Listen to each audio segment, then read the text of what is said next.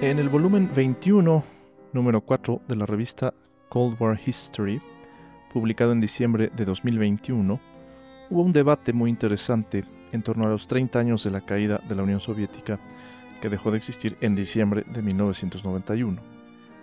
La revista reunió al mando de Vladislav Zubok a historiadores, politólogos, internacionalistas, economistas, rusos y extranjeros, para revisar el porqué de la caída de la URSS, aprovechando la distancia histórica. Desde su introducción a este volumen, Zubok alerta que la forma de entender el colapso de la Unión Soviética ha estado dominado por interpretaciones occidentales. Y repara en algo de lo que también habla Alexei Yurchak, a quien citábamos en la emisión anterior, que es que prácticamente nadie dijo que la Unión Soviética caería antes de que cayera, sino que todos los análisis se hicieron después de su caída, bajo ese dejo de superioridad moral occidentalista, ¿no? De decir, claro, obvio, claro que se iba a caer aquello porque el socialismo no es sostenible, no sirve, etc. Bueno, eso nadie lo decía antes de que la Unión Soviética se extinguiera. Había proyecciones, como la de una historiadora francesa, Hélène Carrère d'Ancos, que en los años 70 hizo un análisis demográfico argumentando que, como las poblaciones musulmanas de la Unión Soviética tenían más hijos que el resto de nacionalidades, algún día se impondrían y terminarían con el proyecto soviético. Vaya, un poco orientalista el análisis, pero las proyecciones, las pocas proyecciones de la caída soviética iban por ahí. Vuelvo al título del libro de Yurchak. Todo era para siempre hasta que dejó de existir. Absolutamente todos los autores que contribuyen a indagar los porqués de la caída soviética en este volumen de la revista Cold War History en diciembre de 2021, todos parten de la misma idea. La Unión Soviética no estaba en crisis en 1985, cuando Gorbachov es ungido como secretario general del Partido Comunista. En cambio, dicen estos autores, países como Estados Unidos sí estaban en una crisis profunda de desempleo, de inflación, tremendas, bajo Ronald Reagan, pero su carisma, su inteligencia política contribuía a enmascarar eso un poquito. La Unión Soviética no. E insisto con un dato del episodio anterior, la economía soviética seguía creciendo año con año, aunque a tasas cada vez menores. Los economistas soviéticos de la década de los 80 pensarán con cierta lógica que de seguir así, sin hacer cambios, llegaría un día cero, un día en que comenzaría una recesión. Eso es lo que Gorbachov y sus allegados, pero también sus dos predecesores, buscaron evitar. El problema fue el diagnóstico, como lo resumió a la perfección en una frase el politólogo británico Archie Brown. No hubo una crisis económica que obligara a Gorbachov a hacer una reforma radical, sino que su reforma radical, por un diagnóstico erróneo, llevó a una crisis, tanto económica como política y social. En este episodio intentaremos entender cómo y por qué terminó el proyecto soviético. Esto es Rusia en voz alta y yo soy su anfitrión, Rainer Matos. Leonid Brezhnev falleció el 10 de noviembre de 1982. Su sucesor fue Yuri Andropov, líder del famoso KGB y de los servicios de seguridad, que a pesar de estar encargado de una de las agencias más conservadoras de la política soviética, pues era parte del ala reformista del partido. Andropov morirá 15 meses después de ascender al poder, en febrero del 84. Y pese a su breve periodo, Andropov inició de inmediato una campaña muy extensa contra la corrupción en el partido y además desde principios del 83 impulsa, un poco de manera timorata, una especie de reforma económica que le encargó a su protegido, Mikhail Gorbachev, y a Nikolai Ryzhkov, secretarios del Comité Central del partido. Esto es importante porque es el antecedente directo de lo que más tarde se conocerá como perestroika, es decir, la reestructuración. El 15 de junio de 1983, Andropov dio un discurso ante el Pleno del Comité Central, en el que dijo lo siguiente: la estrategia del partido para mejorar el socialismo desarrollado debe tener una sólida base teórica marxista-leninista. No obstante, hablando francamente, aún no hemos estudiado a fondo la sociedad en la que vivimos y trabajamos, ni hemos develado a plenitud sus leyes inherentes, especialmente las económicas. Por lo tanto, a veces nos vemos obligados a actuar, por así decirlo, empíricamente, mediante un método irracional de ensayo y error. Ahí termina la cita. Bueno, aquí está Andropov admitiendo algo que yo he dicho constantemente. El proyecto soviético era un experimento constante, independientemente del uso que se daba a la ideología. Andropov va a ampliar de manera significativa los derechos de las empresas estatales en materia de planificación, de mano de obra, de salarios, de reequipamiento técnico, de acuerdo con sus propias capacidades. El principal indicador de evaluación del resultado ya van a ser las ventas, contrario al sistema previo de acumulación. En fin, Andropov muere muy pronto, en febrero del 84. Su sucesor fue Konstantin Chernenko, un cuadro siberiano de toda la confianza de Brezhnev y que duró todavía menos que Andropov, tan solo 13 meses, de febrero del 84 a marzo del 85. Aunque se le ha visto como un cuadro conservador, Chernenko también llegó a hablar durante su gestión sobre una perestroika, una reestructuración. Llamó a ampliar los derechos de las empresas mediante un experimento económico, habló también de una revolución tecnológica y de una aceleración de la economía. Entre otras cosas, Chernenko recupera la relación con China, que desde Khrushchev se había vuelto un foco de tensión enorme por diferencias muy fuertes, por las ideas que tenía Mao de que Khrushchev había traicionado al estalinismo y al socialismo. En tiempos de Brezhnev, en 1969, la URSS y China estuvieron a punto de irse a una guerra fronteriza. Y es que la recuperación de la relación con China por parte de Chernenko apunta seguramente hacia una obertura a las reformas de Deng Xiaoping en la China comunista, pues para ver qué se podía aprender de ellas. Pero bueno, Chernenko muere en marzo de 1985 y finalmente el Politburó, después de que se mueren 3 líderes en 3 años, en menos de 3 años, elige a el joven, a Mikhail Gorbachev, que tenía 54 años. Eso era el joven en ese momento, 11 de marzo de 1985. A un mes de obtener el poder, Gorbachev anuncia una aceleración, que ya lo había hecho Chernenko antes, una uskarienie, aceleración del desarrollo económico, siguiendo el camino de su predecesor, pero digamos con mayor enjundia. El eje de la uskarienie será duplicar la inversión en ingeniería mecánica y en maquinaria. El problema es que para 1987 la inversión en industria pesada terminó por afectar la inversión en alimentos, en bienes de consumo, y provocó a su vez un aumento del déficit presupuestario. En junio del 87 Gorbachev va a admitir que la uskarienie no sirvió de nada. En el 89 tuvo que desmantelar el Comité Estatal Agroindustrial, que también se había creado con la uskarienie, que era un leviatán burocrático que fusionó 5 ministerios en uno solo y que evidentemente tampoco consiguió nada. La campaña contra el alcoholismo que inició Gorbachev en el 85, un acierto social en sus números, pero un revés económico que privó al Estado de ingresos considerables, también se matizó para el 88. O sea, todos estos ejemplos que les doy muestran, primero, que una vez más el proyecto soviético es un experimento constante. Segundo, que Gorbachev no llega con ideas radicales, sino que tantea el terreno de lo que hicieron sus predecesores, que va improvisando muchísimo y que no tiene una idea clara de qué hacer.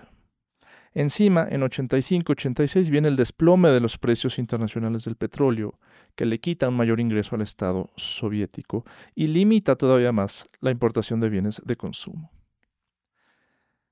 En medio de todos estos experimentos, el 26 de abril de 1986 explota el reactor número 4 de la planta nuclear de Chernóbil, al norte de la República Soviética de Ucrania, por un error humano.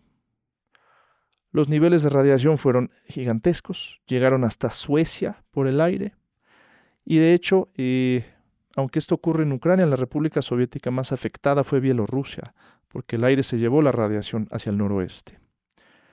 Al día siguiente de la explosión se comenzó a evacuar a los 100.000 habitantes de Pripyat, la ciudad que está junto a la planta, y que hasta el día de hoy es una ciudad fantasma, que por cierto, en un tema ahí muy interesante de la biología, ha sido retomada por el reino animal y el vegetal. ¿Sí? No es verdad que se ocultara a la población soviética lo que ocurrió, ese es un mito. Se le ocultó a Suecia, que es el primero en quejarse cuando empiezan a leer los niveles altísimos de radiación que vienen de la Unión Soviética. Pero la población no. Desde el 28 de abril, 2 días después de la explosión, se informa en televisión soviética en el programa Vremya lo ocurrido, no con mucho detalle, pero se informa en esencia lo que ocurrió. A partir de entonces, Gorbachov va a comenzar a relajar la censura en la prensa, en publicaciones, va a comenzar a tomar forma como una bola de nieve que va hacia abajo, lo que se conoce como glasnost, literalmente transparencia, que no va a ser una política oficial del Estado soviético, sino hasta julio del 88, más de 2 años después. Hay un artículo reciente de la historiadora Courtney Doucet, Glasnost in the Mailroom, de 2021, que estudia en un corte transversal las opiniones de los ciudadanos soviéticos acerca de la glasnost en 1987, a partir de cartas que la gente escribía a los periódicos. Lo que estudia Courtney Doucet son varias de estas cartas en ese año 87, aún antes de que la glasnost sea declarada política oficial. Les leo algunos ejemplos que cita la autora. Por ejemplo, para un señor Kamiev, la glasnost era que se sepa qué hacen los políticos, o sea, transparencia, ¿no? Para un ciudadano Tolchov, la glasnost ha ido muy lejos, debió servir para revisar los logros del país en estos 70 años, pero en vez de eso se critica al pasado.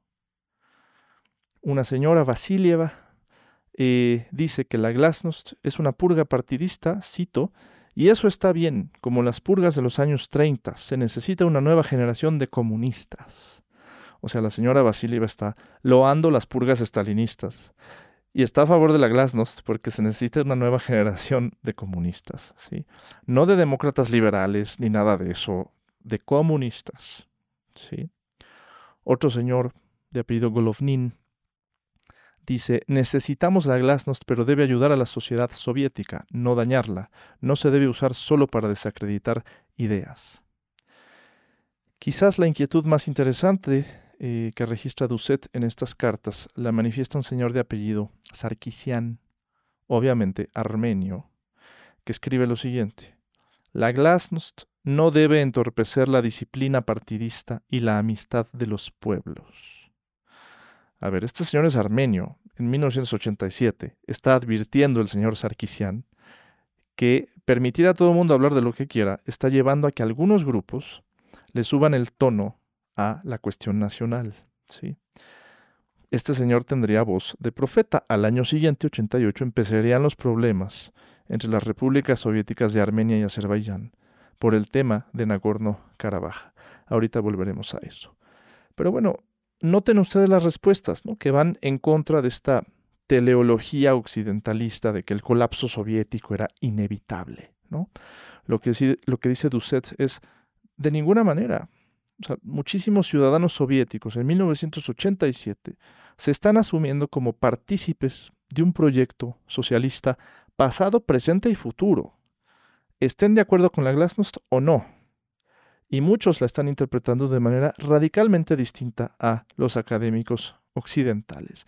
Siempre es muy importante entender lo que la gente piensa acerca del momento que vive en términos antropológicos, ¿no? Siempre suele ser algo mucho más revelador que cualquier visión impuesta desde fuera. Y en el caso de Rusia y de su historia, esto es importantísimo, ¿no? Como hemos intentado mostrar en este podcast.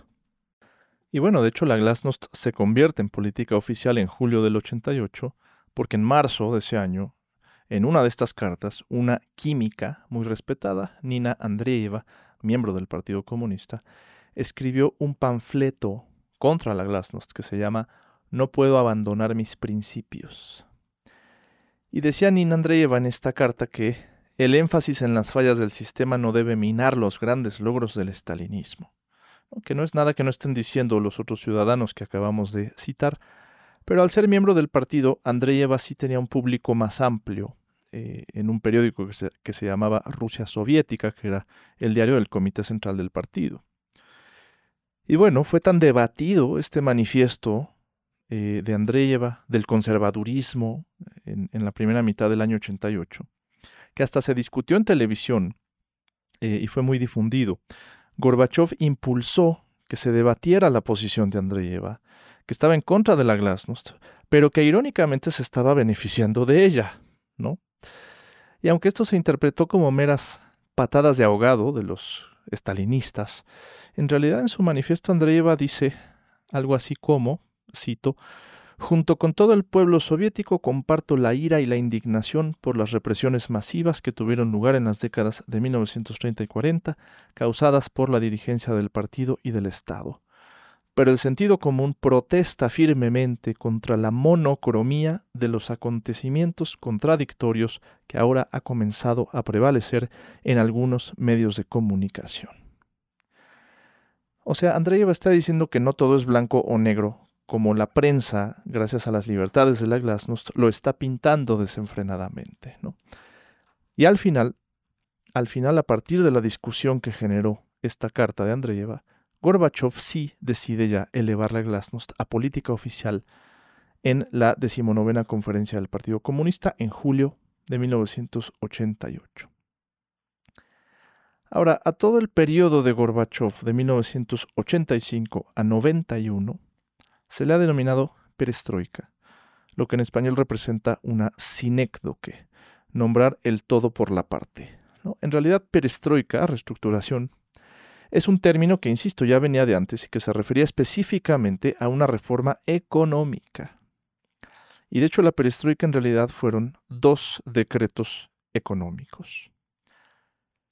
La Ley de Empresas Estatales de julio de 1987, que concede autonomía a los gerentes para fijar precios, salarios y metas de producción, y la Ley de Cooperativas de mayo de 1988, que otorgó a las empresas soviéticas el derecho a comerciar con otras, soviéticas o extranjeras, retirándole el monopolio al Ministerio de Comercio. Y ya, eso es la perestroika en realidad. Se dice fácil, pero estos 2 decretos tendrán consecuencias muy importantes.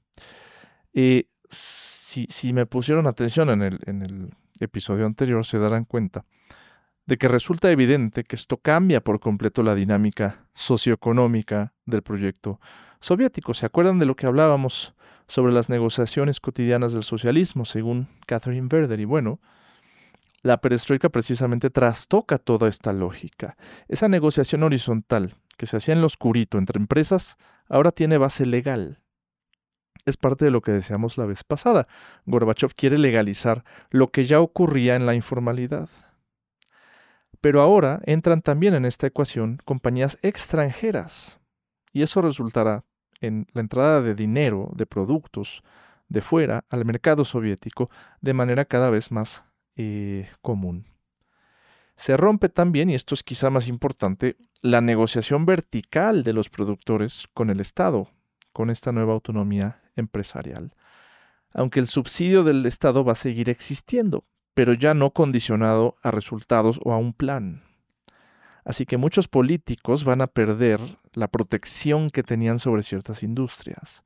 y esto va a fomentar una creciente clase empresarial mucho más libre, que ya no tiene que andarle rindiendo al Estado cuentas como antes, y eso iniciará también un proceso de corrupción y muchos procesos de opacidad en las cuentas de las empresas estatales. Antes de pasar a la debacle, hablemos del que quizá fue el mayor acierto de Gorbachev. Yo aquí no tomo posiciones políticas, mucho menos voy a endiosar a Gorbachev como se hace en Occidente. De hecho, hoy en Rusia, Gorbachev murió hace 3 años, pero es un personaje absolutamente detestado. Y esto tiene que ver con esa imagen de los rusos que Occidente considera héroes que en realidad dentro de Rusia son o bien gente irrelevante o gente absolutamente detestada como Gorbachev, ¿sí? Y en Occidente es un héroe. Pero bueno, como gestor, como administrador, como estadista, le podemos poner palomita a Gorbachev en su política exterior. Porque él sí decide agarrar el teléfono, llamar a Reagan y decirle, ¿sabes qué? Esto de la Guerra Fría ya debe acabarse. Sí tuvo mucha responsabilidad Gorbachev en cuanto a terminar con la tensión de Guerra Fría, sobre todo a partir de diciembre del 87, cuando Gorbachev y Reagan firman el Tratado sobre Fuerzas Nucleares de Rango Intermedio, que va a eliminar todos los misiles de alcance medio y corto. Más tarde, en julio del 91, Gorbachev y el presidente George Bush, padre, firman el Tratado de Reducción de Armas Estratégicas, el famoso START I, que limitó el uso de armas nucleares para ambos países. Sí, ahí podemos ponerle a Gorbachev su palomita.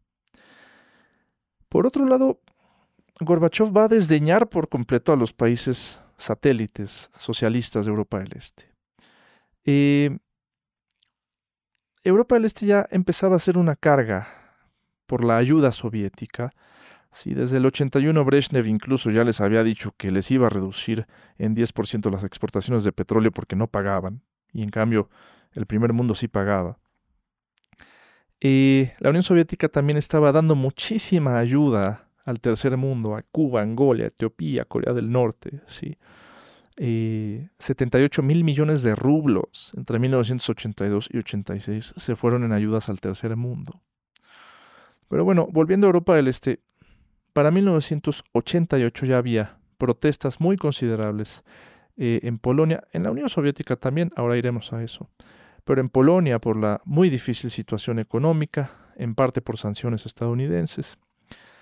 Y el líder polaco, Jaruzelski, decide iniciar un diálogo abierto ya con el sindicato Solidaridad desde agosto del 88. Más tarde, en febrero de 89, se instala una mesa redonda en la que se acuerda legalizar al sindicato Solidaridad y convocar a elecciones.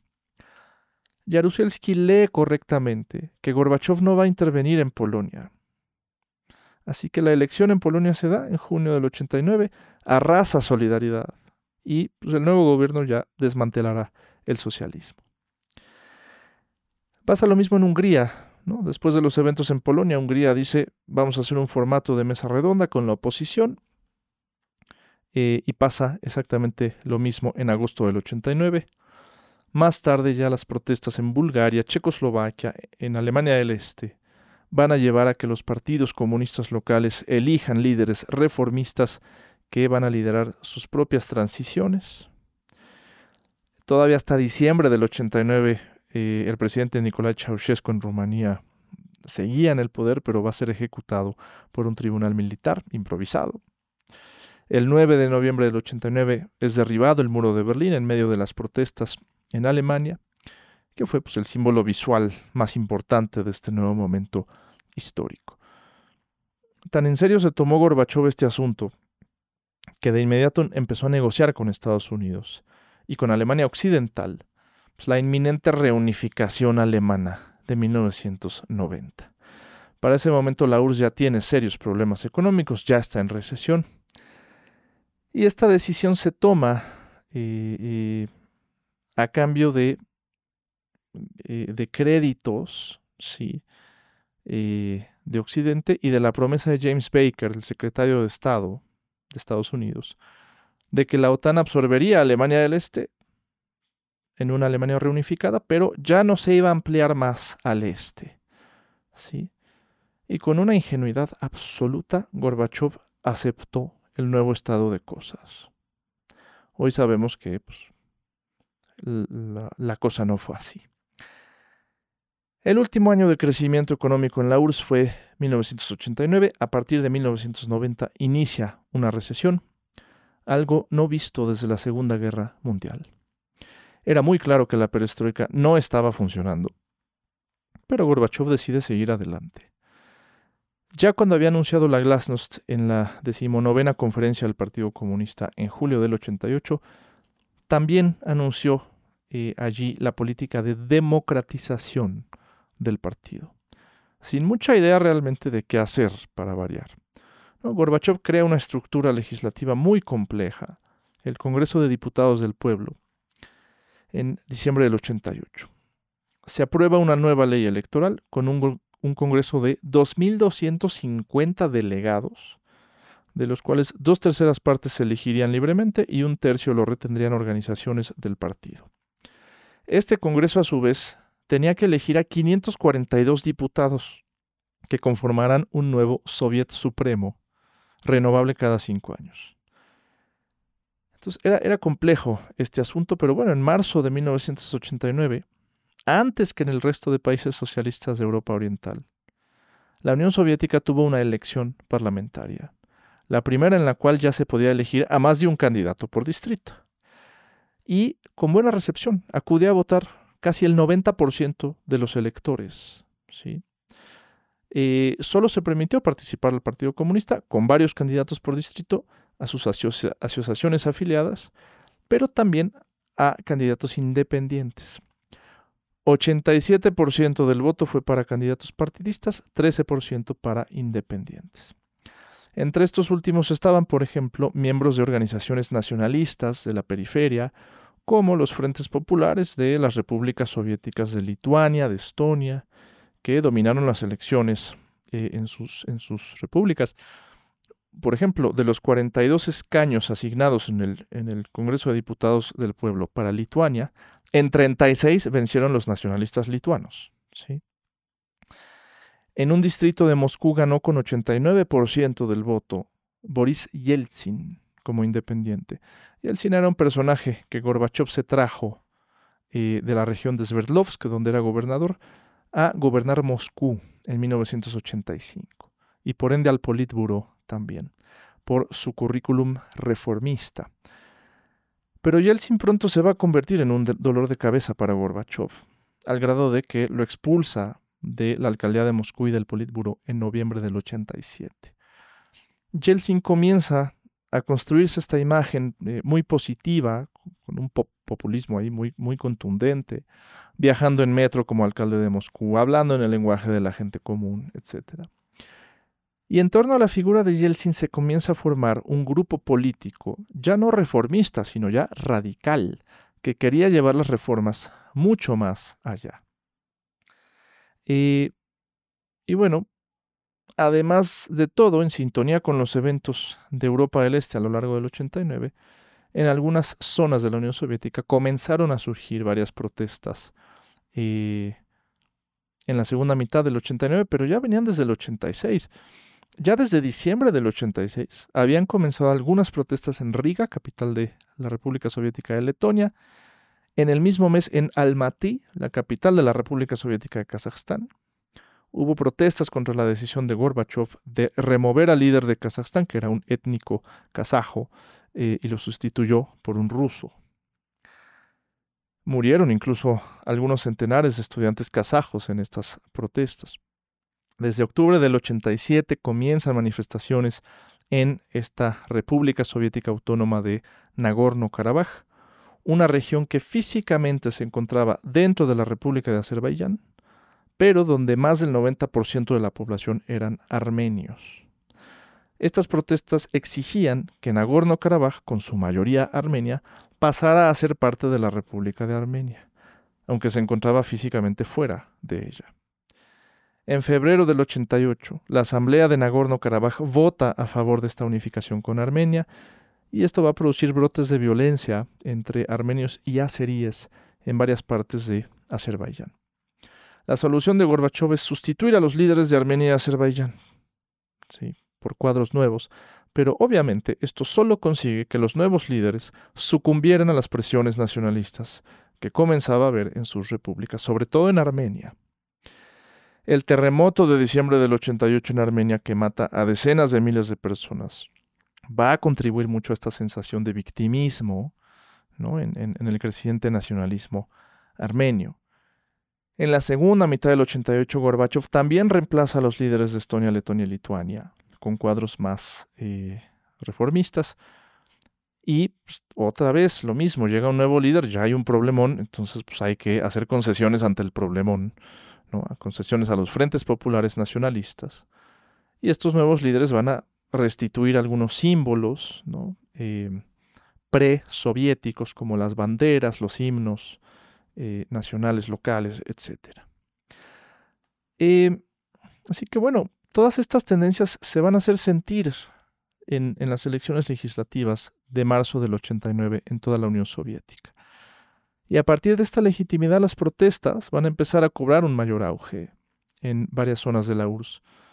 El 9 de abril del 89, las tropas soviéticas abren fuego sobre manifestantes en la capital de Georgia, en Tbilisi, cosa que desencadenó un sentimiento independentista muy fuerte en Georgia. El 23 de agosto del 89, en el 50 aniversario de la firma del pacto Molotov-Ribbentrop, una cadena humana de 2 millones de gentes agarradas de las manos en una protesta pacífica a lo largo de las 3 repúblicas bálticas, llevó incluso a que Gorbachov aceptara la responsabilidad soviética en la firma del pacto Molotov-Ribbentrop y a que se revelara el contenido, ¿se acuerdan?, de aquel protocolo secreto que tenía el acuerdo por el cual Hitler y Stalin se dividían Europa del Este. Así que, para cuando cayó el muro de Berlín en noviembre del 89, con un Gorbachov extrañamente entusiasta ante los eventos de Europa del Este, pero con un caos creciente político, social, económico en su propio país, pues la cosa ya está grave, ¿sí? 1990 comienza la crisis económica en la Unión Soviética, una crisis sin precedentes.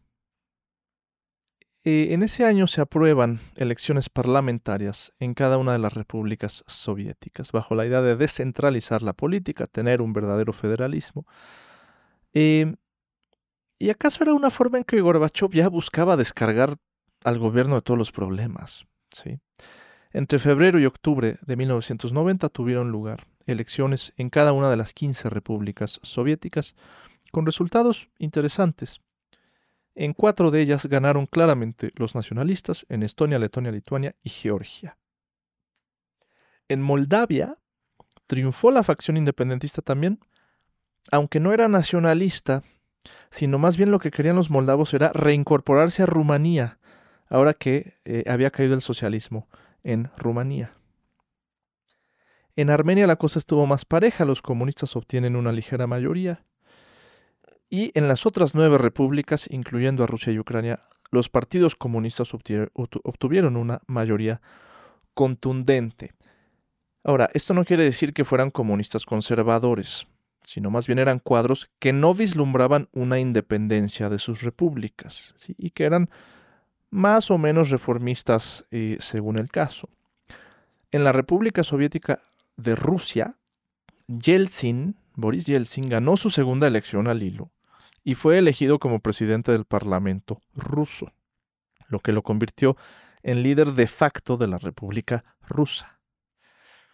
Y a partir de esto, durante todo el año de 1990, va a haber una especie de guerra legal entre los parlamentos de cada república y el gobierno de Gorbachov.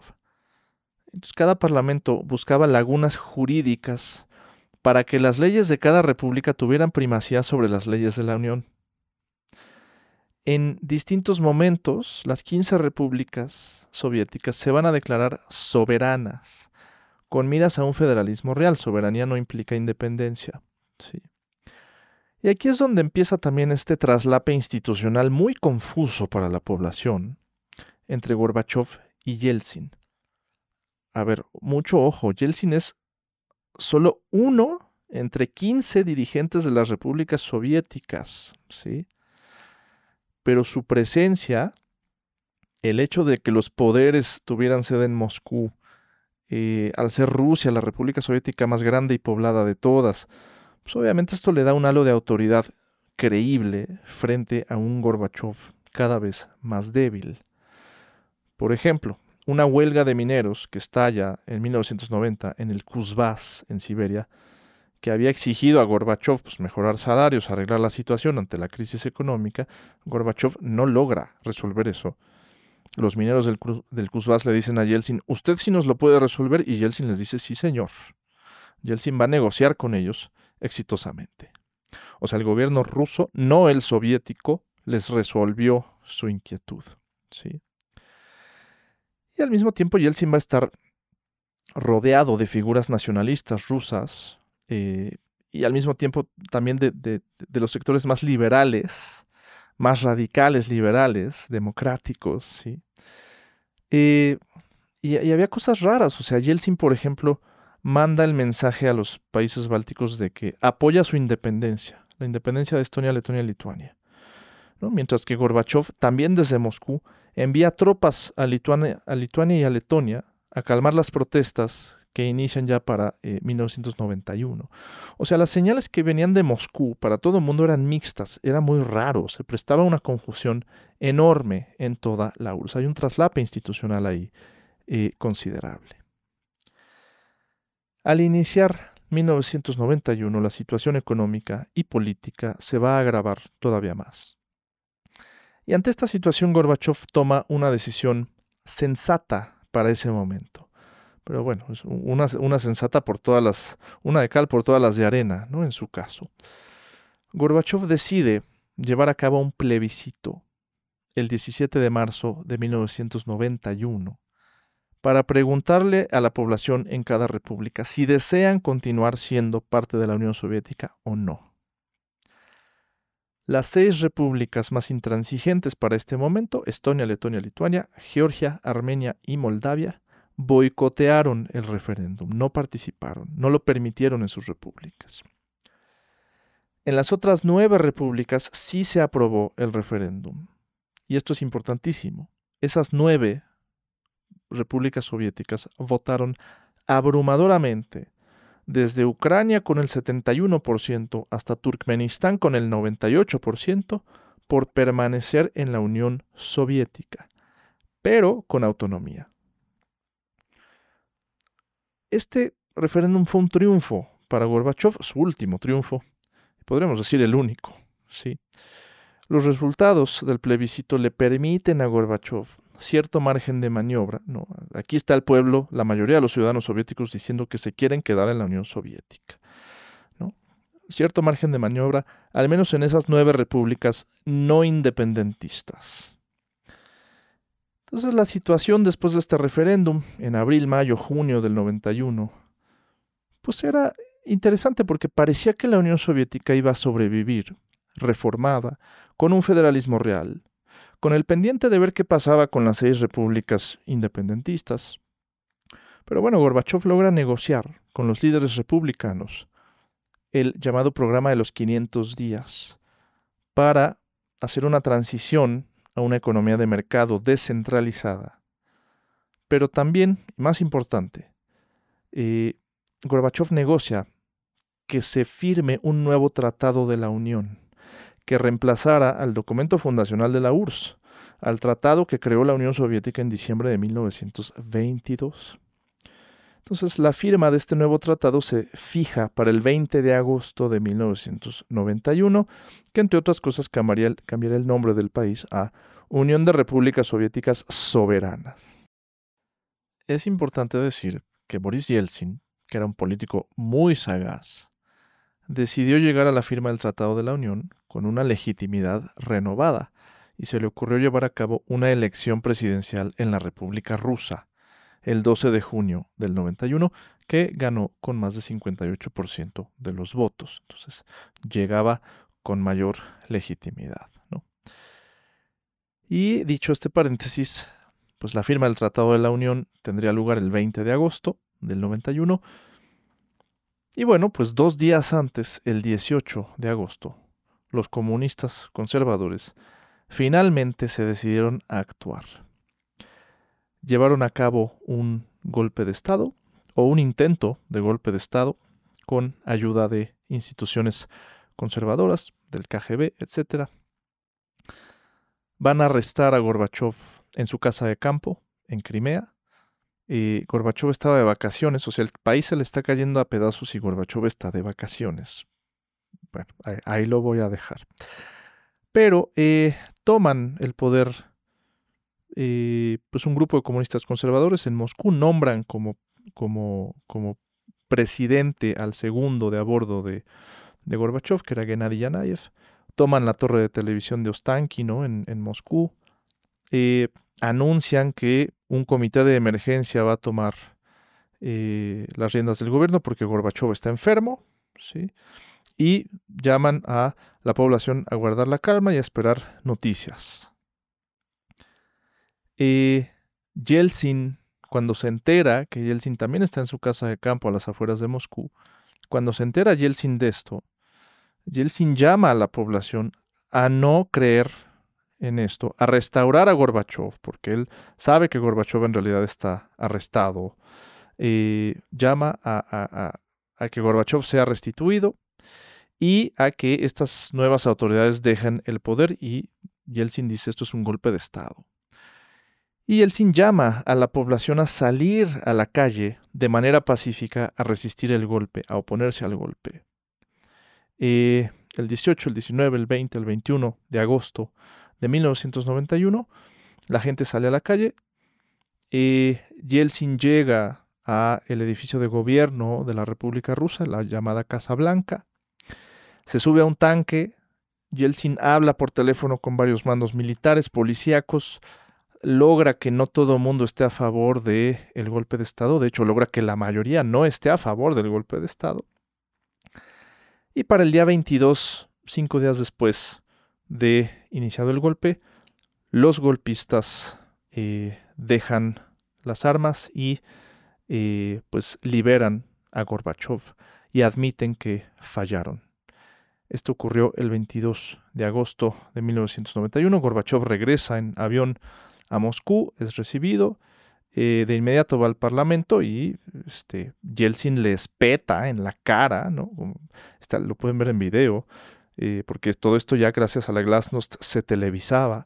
Entonces le espeta y le dice todo esto es culpa de usted, esto es un desastre. El caso es que Yeltsin, no solo en este tema televisivo, propagandístico, sino el héroe en contra del golpe de Estado es Yeltsin, ¿no? Es la figura más visible que se opuso al golpe de Estado, trepado en un tanque, ¿no?, a las afueras de la Casa Blanca, llamando a la restitución de Gorbachov. Yeltsin queda empoderado, todavía más empoderado de lo que ya estaba. Yeltsin, que representa el nacionalismo ruso, ¿sí? Y esto muchos elementos en la periferia no lo ven de forma muy positiva. Sí, o sea, qué bueno que se repelió el golpe de Estado, que se echó para atrás, pero ahora el que tiene el poder absoluto es Yeltsin, ¿sí? En Ucrania esto va a ser particularmente sensible. Desde que empieza el golpe de Estado, el líder del parlamento ucraniano, Leonid Kravchuk, es muy prudente. Sí, se espera, trata de ganar tiempo, ve cómo se desarrollan las cosas. Y Kravchuk habla por teléfono con Yeltsin. Sí, los dos hablan por teléfono con el presidente de Estados Unidos, George Bush.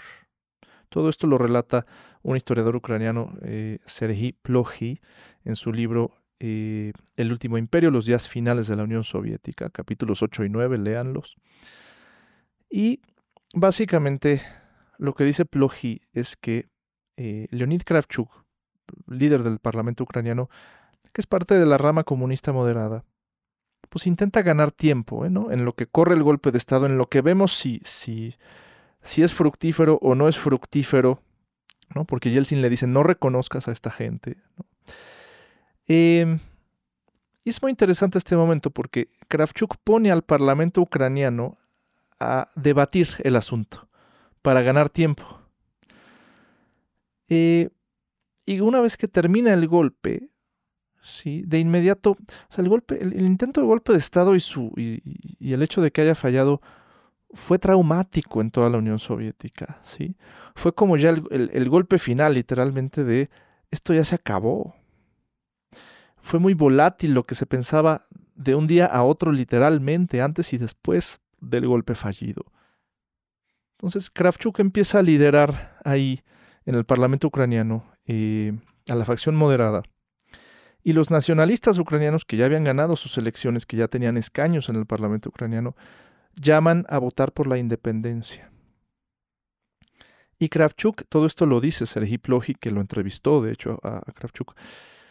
Kravchuk entiende que, pues, a ver, una cosa es los comunistas conservadores, ¿no? Entre los cuales, para los cuales Ucrania, pues sí, tiene un lugar especial, somos la segunda república más poblada, etc. De todos modos, él se oponía al golpe de Estado. Por otro lado está ahora empoderado Yeltsin, el que representa a los nacionalistas rusos. Eso para Ucrania no es bueno. Entonces Kravchuk hace cálculos políticos y en muy poco tiempo, sí, va a empezar a apoyar el tema de la independencia de Ucrania en el Parlamento. Y de hecho Ucrania el día 24 de agosto, 2 días después de que falla el golpe de Estado contra Gorbachev, el 24 de agosto de 1991 es la primera república soviética en decretar su independencia. Ucrania es de las más, de la que uno menos se lo esperaba, o entre las cuales uno menos se lo esperaba. Kravchuk decreta la independencia de Ucrania porque así lo vota el Parlamento ucraniano. Porque ahora, claro, el riesgo es quedar en una nueva Unión Soviética con una nueva estructura que quién sabe cómo va a quedar porque obviamente ya no se va a firmar el Tratado de la Unión, eso ya no va a ocurrir. Gorbachev ya no tiene ningún poder y ahora el que tiene el poder es Yeltsin, el nacionalista ruso. Entonces, Kravchuk es un político haciendo política, ¿sí? Kravchuk piensa todo lo que esta élite política ucraniana ha logrado, ¿no? Se va a ir por la borda. Todo lo que hemos logrado en esta perestroika y glasnost se va a ir por la borda. Vamos a perder todo nuestro capital político, ¿sí? Kravchuk no está pensando en el pueblo ucraniano, en la nación ucraniana, no. Kravchuk está pensando en su pellejo, en su bolsillo. Es un político haciendo política, como Yeltsin también, ¿sí? Entonces, claro, ahora hay un riesgo mayor. Entonces, lo que hace Kravchuk es apoyar la independencia de Ucrania. En ese momento, 24 de agosto del 91, todo mundo se queda de a 6, ¿no? Todo mundo se queda muy sorprendido por las acciones de Ucrania y como fichas de dominó, todas las otras repúblicas soviéticas empiezan a declarar su independencia en sus parlamentos locales. Yeltsin todavía intenta hablar con Kravchuk, decirle, oye, ¿cómo que se va a independizar Ucrania? No, pues sí. Entonces Yeltsin propone una reunión a los líderes de Ucrania, de Bielorrusia, que son las 3 repúblicas fundadoras de la Unión Soviética, junto con Transcaucasia, que ya no existía, entonces quedaban Rusia, Bielorrusia, Ucrania. Les propone el 8 de diciembre reunirse en el bosque de Belavella, en Bielorrusia, ya con miras a ver qué se puede rescatar y si no se puede rescatar nada, pues ya ponerle punto final a la Unión Soviética, ¿sí? Estos acuerdos de Belavella tienen lugar el 8 de diciembre. El 1 de diciembre, Kravchuk, líder ucraniano, nada tonto, hace lo mismo que había hecho antes Yeltsin. Convoca una elección presidencial el 1 de diciembre en Ucrania, que él gana con más del 61% de los votos, entonces llega con una legitimidad importante. Y ese mismo día, 1 de diciembre, Kravchuk, además de la elección presidencial, en la boleta también viene un plebiscito en el cual se le pregunta a los ucranianos, ¿quiere usted independizarse de la URSS o no? Y el 92% de los ucranianos dice que sí. Todas las regiones de Ucrania, incluida Crimea, donde la mayoría de la población era rusa, dice que sí se quiere independizar de la Unión Soviética. Y bueno, con esta legitimidad, pues llega Leonid Kravchuk al encuentro con Yeltsin y con el líder del parlamento bielorruso, Stanislav Shushkevich, el 8 de diciembre a Belabella. Y ahí todavía Yeltsin intenta rescatar un poquito de concesiones. Al final, Kravchuk dice que no, ¿no? El pueblo ucraniano ya habló, ni modo. Shushkevich cruza los brazos. Y al final, estos tres líderes, Yeltsin, Shushkevich y Kravchuk, de Rusia, Bielorrusia y Ucrania, respectivamente, deciden disolver la Unión Soviética. Y es muy interesante porque la base legal para hacer esto no era realmente sólida, ¿no? Y además, Gorbachev dirá, a ver, en marzo del 91, la mayoría del pueblo soviético dijo que quería preservar la Unión. Pero pues ellos le van a decir sí, nada más que después del intento de golpe de Estado contra ti, que falló y que te salvamos nosotros, ahora el pueblo quiere otra cosa, ¿no? En Ucrania, pues en marzo del 91, la mayoría de la población dijo que quería quedarse en la Unión Soviética y en diciembre, ¿no? 10 meses después, la gente dice siempre no.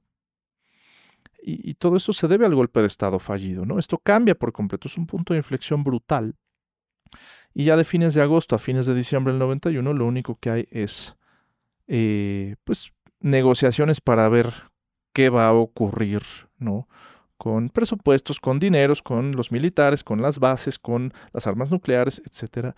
Pero es muy precipitado. En realidad, esos o muchos de esos temas se van a tener que resolver más adelante. Y finalmente,